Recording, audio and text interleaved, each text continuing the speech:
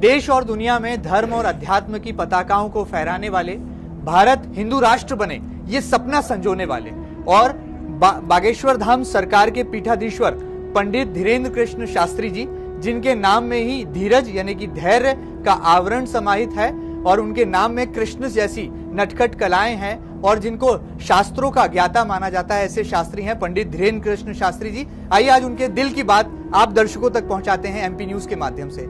आदरणीय गुरुदेव, आपका बहुत बहुत स्वागत है। आपके सभी दर्शकों का, आपके सभी चैनल के प्रियजनों का खूब खूब साधुवाद। एमपी न्यूज के सभी जितने भी बैक स्क्रीन में, ऑन स्क्रीन में लोग हैं, उनको भी खूब खूब धन्यवाद। जय श्री राम। बागेश्वर धाम सरकार, ये नाम जैसे ही जुबान पर आता है तो आदरणीय दादा गुरुजी की याद आती है और जिनका जिक्र आप हर मंच से करते हैं और मुझे ऐसा लगता है कि उनकी दिव्य शक्तियां, उनके दिव्य प्रताप और उनके दिव्य आशीर्वाद का आपने जो देश और दुनिया में ख्याति प्राप्त की है और धर्म का प्रचार प्रसार किया है, धर्म की पताकाओं को लेकर जब आप देश और दुनिया 7 समंदर पार जाते हैं, क्या पाते हैं? भारत की सृष्टि, भारत के संस्कार और भारत की संस्कृति, क्या इसकी अनुपम झलक आपको पूरी दुनिया में दिखाई पड़ती है? जितने देशों में हम गए और भारत को हमने जितना, भारत तो हमारी आत्मा है, हमारे रंग रंग में भारत है, कि जब भी हम विदेशों में गए हमने यही पाया कि विदेशों की दृष्टि पूरे विश्व के लिए व्यापार की दृष्टि होती है, भारत की दृष्टि परिवार की दृष्टि होती है। इसलिए वो लोग हमेशा, उनका कल्चर बहुत विचित्र होता है।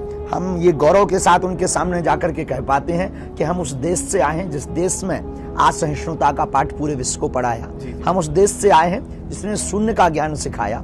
हम उस देश से आए हैं जिस देश में सूर्य की गणना 500 साल पहले कर ली गई।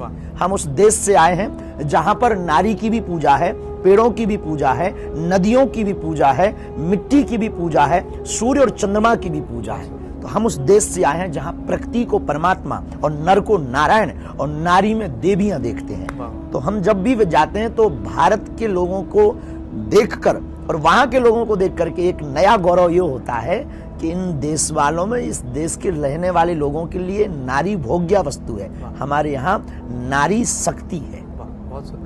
हमारा जी, हमने पढ़ा था कि आप मंत्र चिकित्सा के महारथी हैं और मैं जब पहली बार आपके साक्षात्कार का अनुभव पाया तो मैंने देखा कि आप मंत्र चिकित्सा के माध्यम से बड़ी बड़ी व्याधियों को दूर कर रहे हैं, समाज की बुराइयों का भी खात्मा हो रहा है और कई पीड़ितों को समाधान की राह मिल रही है। इस मंत्र चिकित्सा पर अब साइंटिस्ट भी सोचने लगे हैं। आप कैसे इसको परिभाषित करेंगे, अभिव्यक्त करेंगे? ये बहुत प्राचीन पद्धति, कोई नई पद्धति नहीं। जैसे हमारे भारत में शल्य चिकित्सा है, हमारे भारत में एलोपैथी चिकित्सा है, होम्योपैथी चिकित्सा है, पूरे विश्व में व्याप्त है। वैसे एक ध्वनि चिकित्सा है, ध्वनि चिकित्सा, एक वाटर थेरेपी है।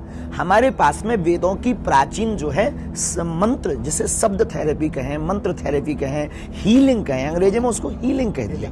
हमारे पास वही प्राचीन पद्धति है। हम अपने आराध्य को स्मरण करके, उसके मनोबल को अपने से कनेक्ट करके और आदि जगत गुरु शंकराचार्य की जो परंपराएं, परकाया प्रवेश आदि की परंपराएं, उससे कुछ मिलता जुलती चीजें, उसके मनोभाव को समझकर, उसकी जिज्ञासाओं को समझकर, उसके ब्रेन को डिटॉक्स करके और एन कैन प्रकार उसके अंदर उतना आत्मबल भर दिया जाता है कि जो तुम्हारा रोग है वो बहुत कमजोर है और तुम बहुत मजबूत हो। वो अंततोगत्वा उस पद्धति से व्यक्ति शुद्ध स्वस्थ होने लगता है और लोग कहते हैं चमत्कार हो गया।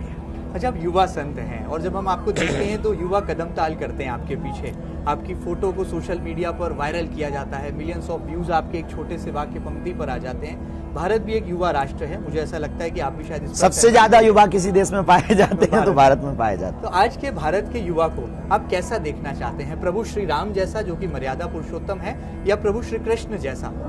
हम दोनों का मेलजोल चाहते हैं। राम सी मर्यादा हो पर कृष्ण सी लीला हो, कृष्ण सा नटखटपन हो, कृष्ण सी उदारता हो, भगवान कृष्ण जैसी संपन्नता हो। भगवान श्री कृष्ण भी कम नहीं, भगवान श्री राम भी कम नहीं। पर हम भारत के युवा को जिस दृष्टि से देखना चाहते हैं वो अलग दृष्टि से।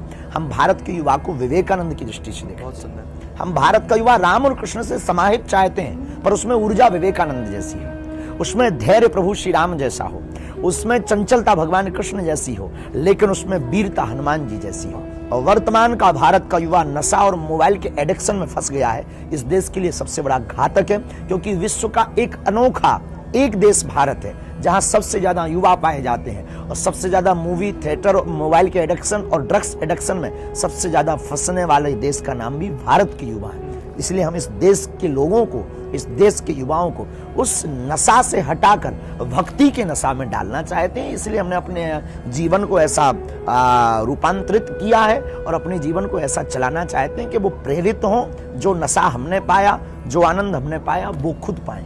हम जब बागेश्वर धाम सरकार की कहानी, उनके जीवन के सफरनामे को देखते हैं तो हम देखते हैं कि युवा अंत्योदय से प्रथमोदय की कहानी को गढ़ता है। और आपने जो संघर्ष जीवन में जिया है, मुझे लगता है एक आम आदमी, भारत का एक आम नागरिक, उससे रोज दो चार हो रहा है संघर्ष के जीवन में जो है, लेकिन भक्ति एकमात्र ऐसा माध्यम है जो उसे अध्यात्म से जोड़ रहा है, आत्मसंतुष्टि का भाव दे रहा है। जो महान हुए, चाहे वो महावीर हो, उनको भी लोगों की अवहेलना सहनी पड़ी, संघर्ष झेलना पड़ा। बुद्ध को भी झेलना पड़ा, बुद्ध को लोगों ने पागल कहा, महावीर को पत्थर मारे, कुत्ते छोड़े गए, मीरा को विष का प्याला पीना पड़ा, सूरदास को भी कुएं में गिरना पड़ा, घर त्यागना पड़ा, तुलसीदास को भी परिवार त्यागना पड़ा। जितने भी महान लोगों के हम चरित्र को उठाएंगे, सबने संघर्ष झेला। महान बनने की पहली सीढ़ी ही यही है कि आपको संघर्षों से पार जाना है। और हम आज जिस रास्ते पर हैं, यहाँ भी संघर्ष कर रहे हैं। कभी कोई नया संकट आता, कभी विदेशी संकट आते, कभी भारत के ही कुछ कुठाराघात करने वाले लोग आते, वो तरह तरह के रूप बदल करके आते, कभी किसी रूप में शत्रु आता, कभी किसी रूप में। आज भी बहुत धैर्यता के साथ, बहुत विवेक के साथ, गुरु कृपा के साथ उनको पार जाना ही निपुणता है, यही इंसानियत है। इंसान का इंसान बनना ही महत्वपूर्ण है। एक बात और देखने में है कि जो काम सरकारें करती हैं वो बागेश्वर धाम सरकार करने लगी है। मैं हिंदुस्तान का दिल एमपी कहा जाता है, और एमपी की जो बेटियां हैं वो आपको भाई की तरह मानने लगी हैं, क्योंकि उन बेटियों के विवाह की चिंता, उनके नवजीवन की चिंता आप करने लगे हैं। बड़ा विराट मंच सजाया जाता है, देश और दुनिया के ख्यात नाम लोग वहां आते हैं, नामचीन हस्तियां आती हैं, मुख्यमंत्री वहां पहुंचते हैं और बेटियों को आशीर्वाद देते हैं, और निमित्त बनते हैं बागेश्वर धाम वाले सरकार, पंडित धीरेन्द्र कृष्ण शास्त्री जी। कैसे कर पाते हैं, कल्पना कैसे मन में आई, इसको थोड़ा विस्तार। ये हमारी जीवन की एक निजी घटना थी, उसने हमको प्रेरित किया। हमने अपने जीवन में जिन घटनाओं से सीखा, उसको बड़े रूप में लोगों तक पहुंच करके हमारा ध्येय यही रहा कि ये चीज जो हमने भोगी वो लोग ना भोगे, जो हमने झेला है वो लोगों को, हमसे जुड़े हुए लोगों को ना झेलना पड़े। हमारी बहन की शादी थी और उस वक्त पिताजी कुछ करते नहीं थे, हमारा अस्तित्व बहुत शून्य था, आज भी शून्य है, गुरु कृपा है बस। तो बहन जी के विवाह के लिए बहुत जगह परेशान भये, लोगों से उधार मांगा। हमारे घर पे एक भैंस थी, उसको बेचा, 16,000 रुपये हमें याद है उससे प्राप्त हुए। तब भी हमारे जीवन में जो बहन की शादी थी, लगभग उस वक्त का खर्चा मात्र 60-70 हज़ार, पूरी शादी निपटानी थी, कुछ सामग्री भी देनी थी, उपहार भी देना था, भंडारा भी करवाना था। परिस्थितियां ठीक नहीं थी, उधार नहीं मिल रहा था। तब उस वक्त एक जो भाई की तड़पन थी ना कि हम क्या कर पाए, और उस वहाँ का एक वाकया हमें याद है कि दीवाल लेखन करने वाला 250 और 500 रुपये लेता था, जो दीवाल पर शुभ विवाह आदि और वर कन्या का नाम लिखता तो वो हम नहीं बुला पाए। तो गांव के एक व्यक्ति को बुलाकर नील को घोल कर एक नील आती थी जो कपड़ों में डाली जाती, उससे दीवाल पर लिखवाया था। तो वो लिख रहा था, हम सामने खड़े थे। दूसरे दिन बारात आनी थी, तो हमने वहीं खड़े खड़े प्रण लिया, कभी ईश्वर ने अगर हमें सामर्थ्यवान बनाया तो जो हमने भोगा है वो कभी किसी भाई को ना भोगना पड़े, और इस प्रकार के किसी भी भाई को कष्ट ना सहना पड़े। जितनी सामर्थ्यता रहेगी हम उतनी मदद करेंगे। भगवान ने धीरे धीरे समय चक्र बदला, हमारे जीवन की यात्रा में कुछ अच्छे लोग जुड़े, कुछ बुरे कुछ अच्छे जुड़े। उन लोगों की भावनाएं थी कि हम आपको कुछ दें। हमने सोचा कि हम धनराशि ले भी लेंगे तो इनकी सुरक्षा कौन करेगा। आश्रम बनाने का हमारा सिद्धांत नहीं है, न उसमें हमें बहुत ज्यादा मजे आते हैं। हमें आनंद आता है खिलाने में और उड़ाने में। अब करें क्या, अर्थ का दुरुपयोग भी ना हो, सदुपयोग हो, साधु भी हैं, तो अब करें क्या। तब हमारे मन में आया कि जो प्रण वो लिया था वो पूरा किया जा सकता है। तो धीरे धीरे 5 वर्ष हो गए, 5म कन्या विवाह महोत्सव हुआ है। कभी 21 कन्या, कभी 51 कन्या, 121, फिर 125, अब 151 से ज्यादा 55 बेटियों का विवाह हो गया। अब अगले वर्ष 251 का करें। धीरे धीरे क्रम जहां तक चला जाएगा, ईश्वर जितनी सामर्थ्यता देते रहेंगे हम करते हैं। लोग हमें दक्षिणा देते हैं, हम उनको 1-1 रुपया कुछ संजो करके रख लेते हैं। अभी हमारे यहाँ जो कथा के यजमान है, मनोरथी हैं, हमारे प्रिय अक्षत जी, तो वो हमको मिले, तो ऐसी चर्चा चल रही थी कमरे में जी जी जो चलती है गुरु चेले में। जी जी बोले गुरु जी हम कुछ लोगों को मिलाएंगे, धाम के लिए व्यवस्था बनेगी। तो हमने उनको यही कहा कि और तो सब ठीक है, 251 बेटियों का विवाह है, इंदौर के द्वारा अपन वो करवाएंगे। वाह, बहुत तो हमारे मन में जब भी रहता, कोई भी आता और हमारे लिए कोई कहता, जैसे एक सज्जन आए परसों, उन्होंने कहा कि एक मोबाइल हम आपको देते हैं। हमने दिमाग लगाया, 1-1.5-2 लाख का दिमाग मोबाइल देंगे, अपने राम जी चलाते, कितनी थपच्ची चलाएंगे, ज्यादा अपना उपयोग है, चलाते हैं जी जी पर अति नहीं चलाते, करेंगे का। तो हमने उनको कहा जितना आपको मोबाइल देना उतना नगद दे दो, हम धर लेंगे, बेटियों के विवाह में। बहुत सुंदर, बहुत सुंदर। तो ये प्रकल्प हमारे जीवन में ऐसे प्रारंभ हुआ और आज एक विराट संकल्प बन गया। उन बेटियों का भाग्य है कि इस वर्ष के कन्या विवाह में गांव के गायक से लेकर के बॉलीवुड में सोनू निगम वो भी आए, गांव के छोटे आदमी से लेकर के भारत का सबसे बड़ा आदमी मोटा तगड़ा खली भी पहुंचा, गांव के सरपंच से लेकर के प्रदेश के मुख्यमंत्री भी पहुंचे, जी जी छोटे से गांव के महात्मा से लेकर के चिन्ना जियर स्वामी हैदराबाद वाले भी पहुंचे। ये उन बेटियों का सौभाग्य था कि उन बेटियों के विवाह में लगभग 30 लाख लोग सम्मिलित थे, बाराती और घराती, वाह, 8 दिन के धूमधाम से। महोत्सव। हाँ, तो हम पूरे भारत के और मध्य प्रदेश की आपकी एमपी न्यूज के माध्यम जी, से जी। इस वीडियो को बताने का उद्देश्य ये है, आप महान तब हैं जब आप किसी के काम आए। अगर आपको ईश्वर ने सामर्थ्यवान बनाया हो, देखो तुम कितने भी बड़े मकान बना लो, सोओगे तो 4x6 में, बहुत सुंदर। और कितना भी तुम अमीर आदमी हो जाओ, खाओगे तो रोटी। भारत कितना भी डिजिटल हो जाए, ऑनलाइन रोटी नहीं सेक सकता। ठीक है, बहुत सुंदर। तो आप कम से कम जी एक बेटी की मदद, एक गरीब की झोपड़ी, कृपा करके, और नेताओं को खासकर प्रार्थना है बिल्कुल। कि तुम पर भगवान की बड़ी कृपा बरसती है। जी जी हर नेता को, सरकार भी करती है, हमारी मध्य प्रदेश सरकार भी जी कन्या विवाह योजना निकाली, बिल्कुल। वो लाडली, वो कुछ नाम दिया हाँ, उन्होंने, कन्यादान योजना, मुख्यमंत्री कन्यादान मुख्यमंत्री कन्यादान, जी। वो भी करा रहे हैं। पर नेताओं से पर्सनली तौर पे कहना है, कन्यादान, मुख्यमंत्री कन्यादान योजना से उतने ज्यादा लोग लाभान्वित हो पाते हैं, पर अगर नेता पर्सनली कराएंगे तो ज्यादा तो और ज्यादा। और हम तो अगली बार जो विचार है, आपकी न्यूज पे पहली बार खुलासा कर रहे हैं, हमने अक्षत को भी कहा था जी जी कि हमको आदिवासी बेटियों का विवाह कराना, वाह, बहुत सुंदर। और कम से कम 101 आदिवासी बेटियां, वो भी जंगल से हम ढूंढ के लाएंगे। जंगलों में रहने वाले जो वो आदिवासी नहीं है ना, वो वनवासी है, हमने उनको नया नाम दिया अनादिवासी। वाह वाह, क्या बात है, वो नई अनादि। कल्पना आपकी। हाँ। अच्छा, हमने देखा आप दिल से सोचते हैं, और जब भी हम मानव जीवन का कुछ रिसर्च करते हैं, शोध कार्य करते हैं, केस स्टडी निकालते हैं, तो दिल से सोचने वाले धोखा भी खा जाते हैं, धोखा भी पाते हैं। आपके साथ भी कोई ऐसा वाकया हो, क्योंकि हर निर्णय आप दिल से सोच कर लेते, दिमाग नहीं अभी भी हमारे साथ होता है। कुछ लोग हमारे पास बहुत प्रिय बनकर आते हैं, हमारे शुभ चिंतक बनकर आते हैं, बाद में हमारे नाम से फ्रॉडगिरी कर देते हैं, हमारे नाम को खराब करते हैं, धाम के नाम को खराब करते हैं, चले जाते हैं। कुछ लोग नेताओं के लिए फोन लगवाने आते हैं, कुछ लोग टिकट के लिए चले जाते हैं, जी जी कुछ लोग नेम फेम कमाने चले जाते हैं, सब प्रकार के आते हैं। लेकिन हमारा सिद्धांत, हम तो भाई देखो, धारा है, जो हाथ धो ले सो धो ले, हम तो बह रहे हैं, हमारी मंजिल समुद्र है, ये हमारी मंजिल नहीं। तो धोखे भी खाते हैं, रोज खा ही रहे, और धोखे खाने भी चाहिए। धोखे खाने से आदमी महान और जल्दी बनता है। हमारे विवेकानंद कहते हैं, हम उनको बहुत मानते हैं, स्वामी विवेकानंद कहते हैं, जिनके पैरों में कांटे होते हैं वो मंजिल पर जल्दी पहुंचते हैं, क्योंकि कांटे चलने की रफ्तार बढ़ाते हैं। क्या बात है। तो कभी गुस्सा भी आता है बागेश्वर धाम वाले सरकार को, क्योंकि हम आपको हमेशा मुस्कुराता, खिलखिलाता, लोगों को चंचल स्वभाव और अपनी नटखट कलाओं के जरिए जो है जोड़ लेता है, धर्म में रंग देता है, कभी गुस्सा भी आता है। जब कोई झूठ बोलता, हम उसको नहीं बोलते, लेकिन मन ही मन आता है तो हम प्रदर्शित नहीं करते, भगवान को प्रार्थना कर देते हो, हमारे हनुमान जी उसको परिणाम दे, बस इतना है। बस इतने में हमारी गुस्सा शांत हो जाती है। उसके साथ कुछ अच्छा बुरा होता है, हमें प्रसन्नता हो जाती है भगवान, लेकिन हम प्रार्थना यही करते कि सबका भला करो, इसको सद्बुद्धि दो, वाह। और भगवान सद्बुद्धि दे देते। एमपी न्यूज का एक नन्ना दर्शक है, नन्ना एंकर है, वो ये पूछना चाहता है पंडित धीरेन्द्र कृष्ण शास्त्री जी से, यदि इस देश की कमान एक दिन के लिए बागेश्वर धाम वाले सरकार को दे दी जाए, यानी कि पीठाधीश्वर जी के हाथों में देश की कमान दे दी जाए और आपको एक दिन के लिए प्रधानमंत्री बनाया जाए, तो वो कौन सा एक ऐसा कड़ा फैसला होगा जो कि पंडित धीरेन्द्र कृष्ण शास्त्री जी उस कुर्सी पर पहले तो ये कोई गारंटी ले कि एक दिन का प्रधानमंत्री बनाए।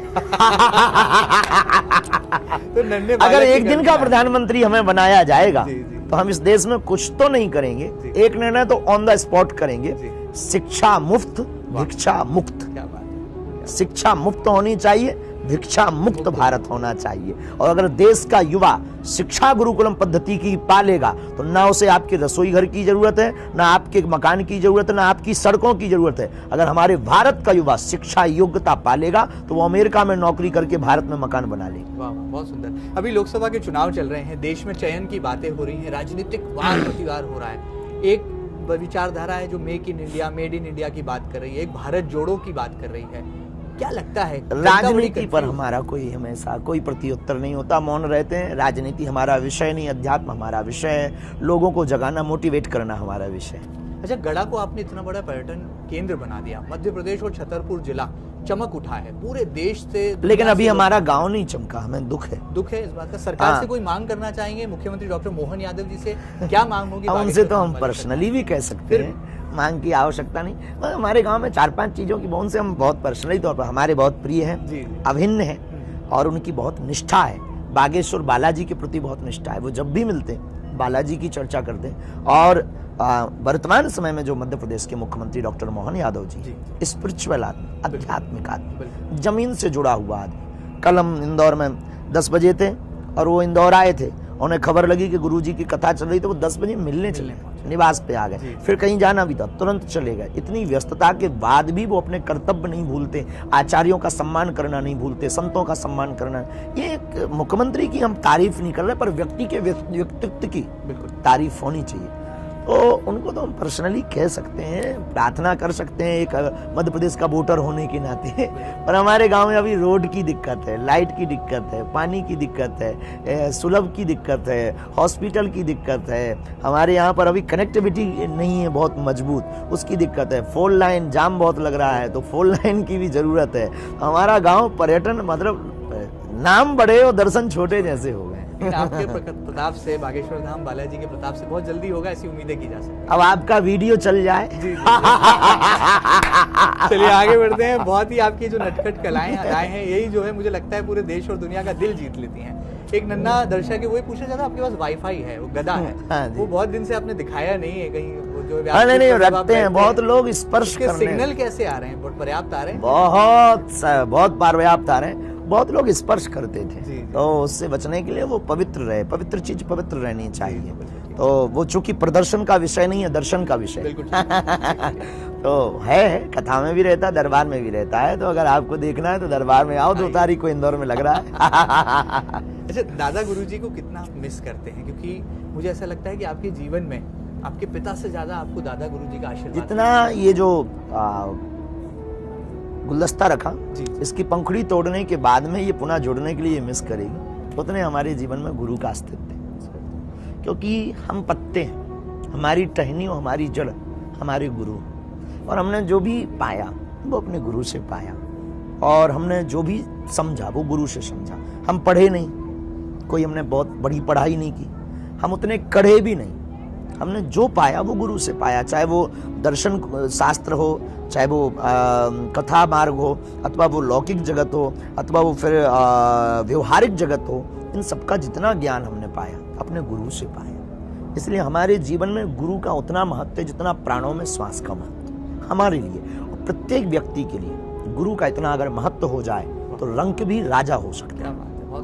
550 सालों का संघर्ष रहा और राम जन्मभूमि की लड़ाई, अंततः भारत में एक बड़ा इतिहास स्वर्णिम अक्षरों में लिखा गया। आप भी उस पवित्र भूमि पर पहुंचे थे, अयोध्या में जब राम मंदिर, रामलला विराजमान थे, प्राण प्रतिष्ठा हो रही थी, सामने बैठे थे कि रामलला आ गए धरती पर, आ गए। उस दिन अद्भुत था, क्योंकि आपकी आंखों में हमने आंसू भी देखे थे और चेहरे पर एक ऐसी मुस्कान और अभिव्यक्ति देखी थी जो कह रही थी कि राम जी सामने ही है। वो दिन भूला नहीं जा सकता। देश का नया त्योहार थी, हमने उस देश को नई दीपावली कहा। तो देश ने नई दीपावली मनाई, और जिन दर्शन के लिए हमारे पूर्वजों की आंखें तरसते तरसते बंद हो गई, हम कितने भाग्यशाली कि हम लोगों ने खुली आंखों से वो प्रत्यक्ष नजारा देखा। और हमारी किस्मत और ईश्वर कृपा और हनुमान जी ही कृपा कर रहे थे कि हमको हनुमान जी ने और राम जी ने अपने सामने बैठाया।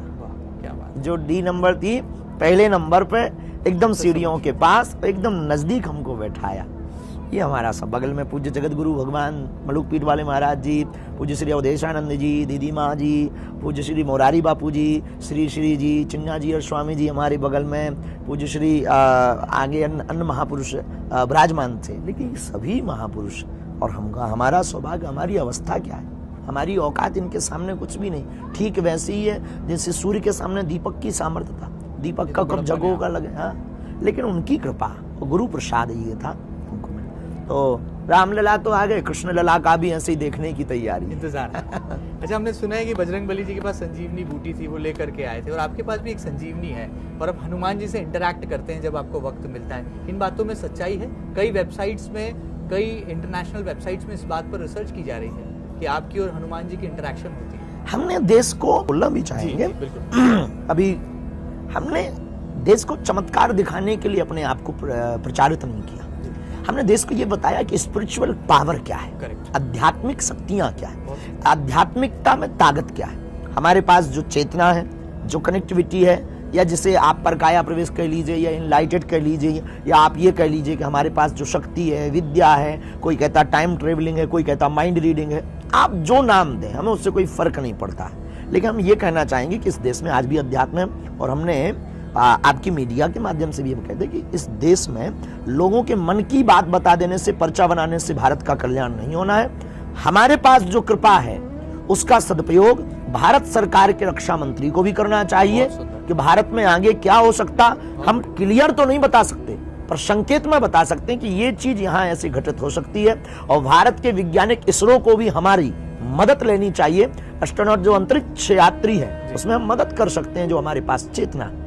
हम ये नहीं कहते कि हम 100% सही हैं, पर हमें ये पता है कि हाँ ठीक है।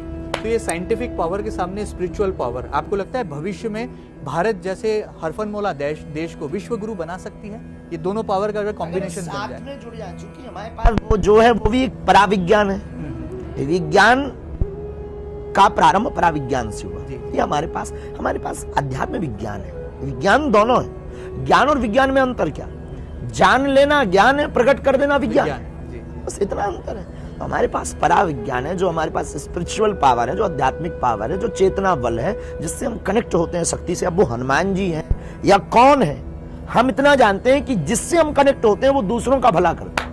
अच्छा, आप युवा संत हैं, आप तो क्रिकेट भी खेल लेते हैं, ये कौन सा स्टाइल है आपका कि आपको हम जब सोशल मीडिया पर देखते हैं तो गेंदबाजी ऐसी करते हैं कि बल्लेबाज शकरगंदी हो जाता है, और जब बैट घुमाते हैं तो गेंद बाउंड्री के पार चली जाती है? ये बचपन से है या फिर ये धीरे धीरे आपने इसको डेवलप किया? धीरे धीरे डेवलप किया, और जीवन में जिसकी मस्ती जिंदा है उसकी हस्ती जिंदा है, वरना जबरदस्ती जिंदा है। तो आप खिलाड़ी भी हैं, आप संत भी हैं, आप बहुत नहीं, हम खिलाड़ी नहीं है। अच्छा। हम क्रिकेट के लिए, हमारा क्रिकेट पसंद है सिर्फ स्वास्थ्य को ठीक रखना।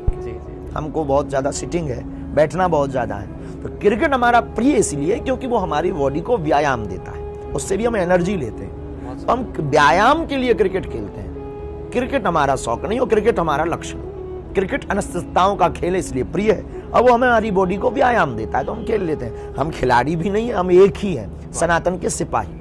अच्छा, आपके अनुयायी कहते हैं कि वो आपसे मिलते हैं तो आप उनके हर सपने को साकार कर देते हैं, उन्हें ऐसा समाधान का राह दिखा देते हैं, आशीर्वाद देते हैं। क्या आपका भी कोई ऐसा सपना है जो आपको लगता है ये अधूरा है, इसे बहुत जल्दी पूरा करना है? हिंदू राष्ट्र। वाह, तो लगता है इस संकल्प को पूरा कर पाएंगे आप? एक दिन ऐसा आएगा, जीते जी कोशिश करेंगे, जीते जी कोशिश करेंगे, मरने के बाद फिर जन्म लेंगे अगर नहीं होगा तो। वाह वाह। अच्छा, आपके बारे में कहा जाता है कि आप राष्ट्रीय स्वयंसेवक संघ की जो विचारधारा है उसको भी विस्तारित करने में काम करते हैं, और आप जब भी जग की, समाज की, हर किसी वर्ग की भलाई के लिए जाते हैं। हमारे पास सब लोग आते हैं, बजरंग दल आता, विश्व हिंदू परिषद के लोग आते हैं। हमें जिनकी मदद के लिए भगवान ने भेजा, हम अध्यात्म की मदद करते, सनातन के लोगों की मदद करते।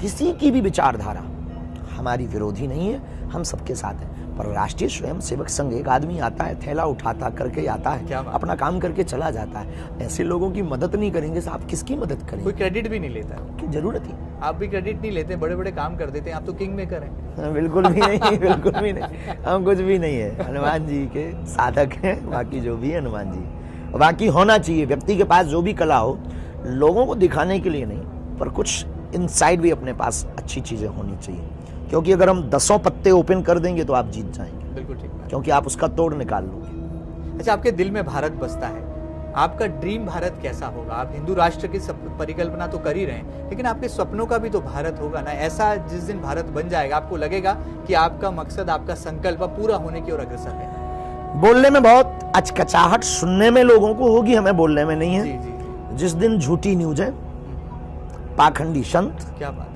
लापरवाह डॉक्टर, बहुत सुंदर, घूसखोरी की प्रशासन, बेहतरीन, और बोलना नहीं चाहिए पर बोल देते हैं, रिश्वतखोर अधिकारी, सच्चाई। और जिस दिन हमारे भारत के मुफ्तखोर और करप्शन में फंसे हुए नेता भारत में कम हो जाएंगे, इन पे केस होने लगेगा, उसी दिन हमारा ड्रीम पूरा होगा। स्वामी प्रेमानंद जी हैं, वो एक बार आपका जिक्र कर रहे थे तो बड़ा खुश हो रहे थे, कह रहे थे बहुत सुंदर हैं, बहुत युवा हैं, सबको चंचलता से धर्म से जोड़ देते हैं। कैसा लगता है उसे, वयोवृद्ध संत और इतने विपरीत परिस्थितियों में भी जो है आपका उन्होंने जो संघर्ष करके भगवत कृपा से उन्होंने अनवरतता बनाए रखी, वो हमें बहुत अद्भुत लगी। एक तो वो संतों के शिरमौर बने, अद्भुत महापुरुष है। दूसरा, उनकी चेतना बल बड़ी प्यारी है। तीसरा, उनके पास इतनी सब कुछ प्रसिद्धि पाने के बाद भी विचलितता नहीं आई, ये हमको बहुत आकर्षित की। और हमारे मन में शुरुआत से ही उनके प्रति, संतों के प्रति निष्ठा है, उनके प्रति अपार निष्ठा है। पर पूज्य प्रेमानंद बाबा जी ने जो भी कार्य युवाओं में किए, युवाओं में एक नई पद्धति प्रारंभ की, नाम संकीर्तन बढ़ाया, वो बहुत अद्भुत था। तो बाबा है, श्री प्रिया जी के बहुत कृपा पात्र है। भगवान करे उनको किसी की नजर ना लगे और वो दीर्घायु हो, जितने ज्यादा दिनों तक हम सबके बीच में रहेंगे, क्योंकि शिष्य और भक्त हमेशा अपने गुरु को लंबा देखना चाहता है, और शिष्य और भक्त की कामना भी यही होनी चाहिए कि जिसको वो मानता है वो बहुत दिनों तक पृथ्वी पर टिके, ताकि दर्शन करने का सौभाग्य हो। एक मुलाकात का इंतजार पूरा देश कर रहा है कि कब वो मुलाकात होगी। प्रधानमंत्री नरेंद्र मोदी जी से मुलाकात करेंगे पंडित धीरेन्द्र कृष्ण शास्त्री जी, और कहेंगे कि वो ऐसा राष्ट्र चाहते हैं और यदि उसमें उनकी तरफ से कोई आहुति देना चाहे तो तैयार। अभी कोई इच्छा नहीं, निजी कोई इच्छा नहीं, क्षमा प्रार्थी है, सहज बस चलती धारा में मिल जाएंगे और अपनी बात बोलते हुए हम चल देंगे। देश के प्रधान जनसेवक से तो मिलना बनता नहीं, हमारा बिल्कुल बनता है।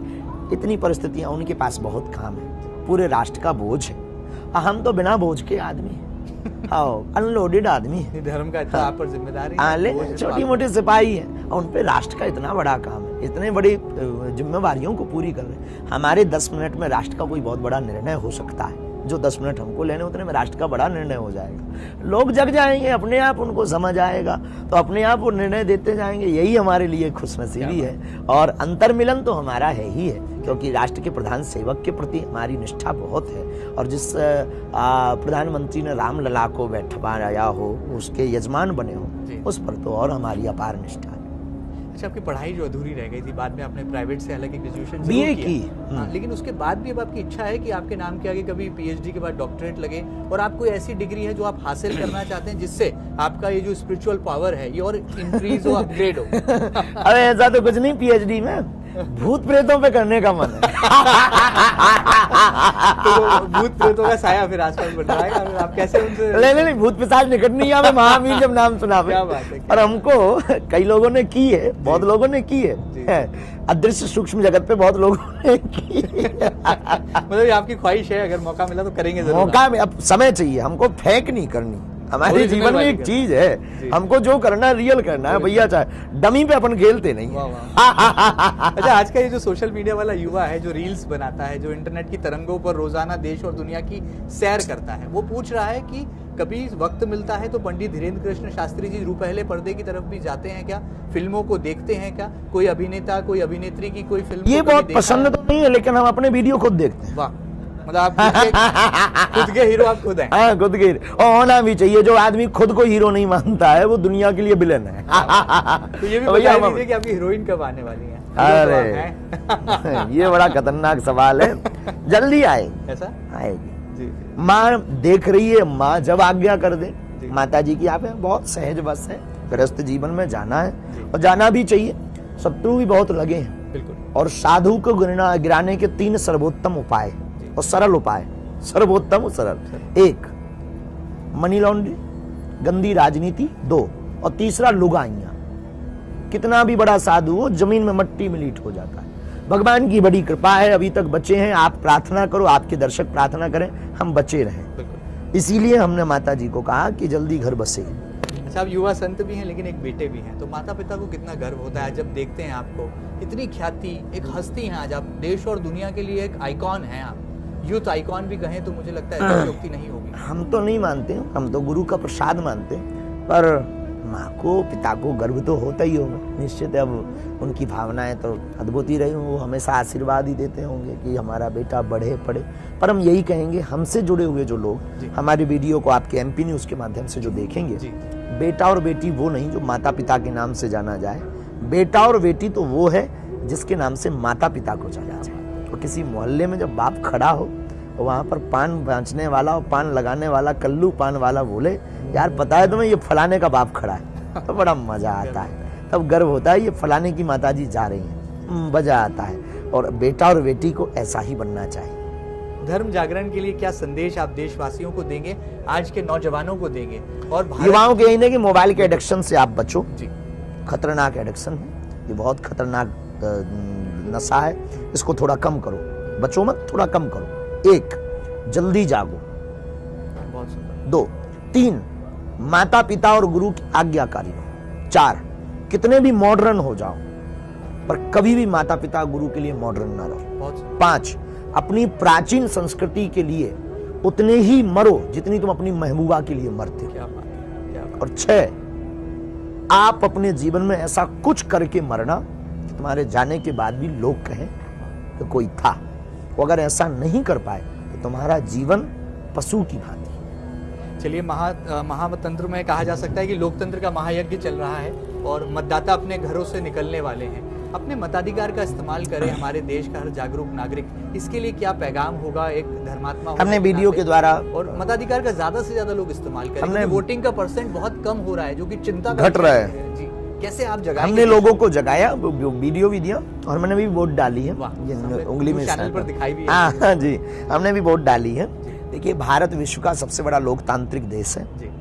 इस देश की खूबसूरती यही है कि यहाँ विविधताएं हैं, विविधताओं में भी एकता है। लेकिन यह लोकतंत्र तब मजबूत होगा जब लोग बाहर निकल करके अपने लोकतंत्र के मताधिकार का उपयोग करेंगे और सदुपयोग करेंगे। तो स्वविवेक के साथ राष्ट्र हित के लिए, लोकतंत्र को मजबूत करने के लिए हमको, जिस दिन आपके क्षेत्र में आपकी लोकसभा में वोटिंग हो, आपको सारे काम छोड़ दो, सबसे पहले वोट दो। और हमने एक नया नारा, पुराना नारा है, नया नहीं है, किसी का नारा हमने सुना था, पहले मतदान बाद में जलपान। चलिए, बहुत सुंदर। तो देख सकते हैं ये राष्ट्र के युवा संत हैं जिनके दिलों में धर्म बसता है, और कहा जाता है कि जब वो अपनी वाणी से यहाँ पर कहते हैं भक्ति भाव से, तो तमाम लोगों को मंत्रमुग्ध कर देते हैं और बागेश्वर धाम बालाजी की कृपा उन पर बरसने लगती है। मुझे उम्मीद है कि देश ऐसे ही युवा संतों के माध्यम से एक दिन पूरे विश्व में अपनी पताकाएं फहराएगा, और वो दिन भी दूर नहीं जब भारत वापस सोने की चिड़िया वाला हिंदुस्तान कहलाएगा। उम्मीद है आपको बागेश्वर धाम सरकार के दिल की बातें बिल्कुल पसंद आएंगी, और आपके दिल में भी यदि कोई सवाल तो जरूर एमपी न्यूज की एडिटोरियल टीम तक पहुंचाइएगा, जिसकी जिज्ञासाएं खुद पंडित धीरेन्द्र कृष्ण शास्त्री जी दूर करेंगे, जिनके नाम में धैर्य का आवरण भी है, कृष्ण जैसी नटखट कलाएं हैं और शास्त्रों का ज्ञान है, इसलिए शास्त्री कहलाते हैं। ऐसे गुरुवर के चरणों में पूरे एमपी न्यूज परिवार की तरफ से हम भी प्रणाम करते हैं। बहुत बहुत धन्यवाद। ये खास बातचीत कैसी लगी हमें जरूर बताइएगा।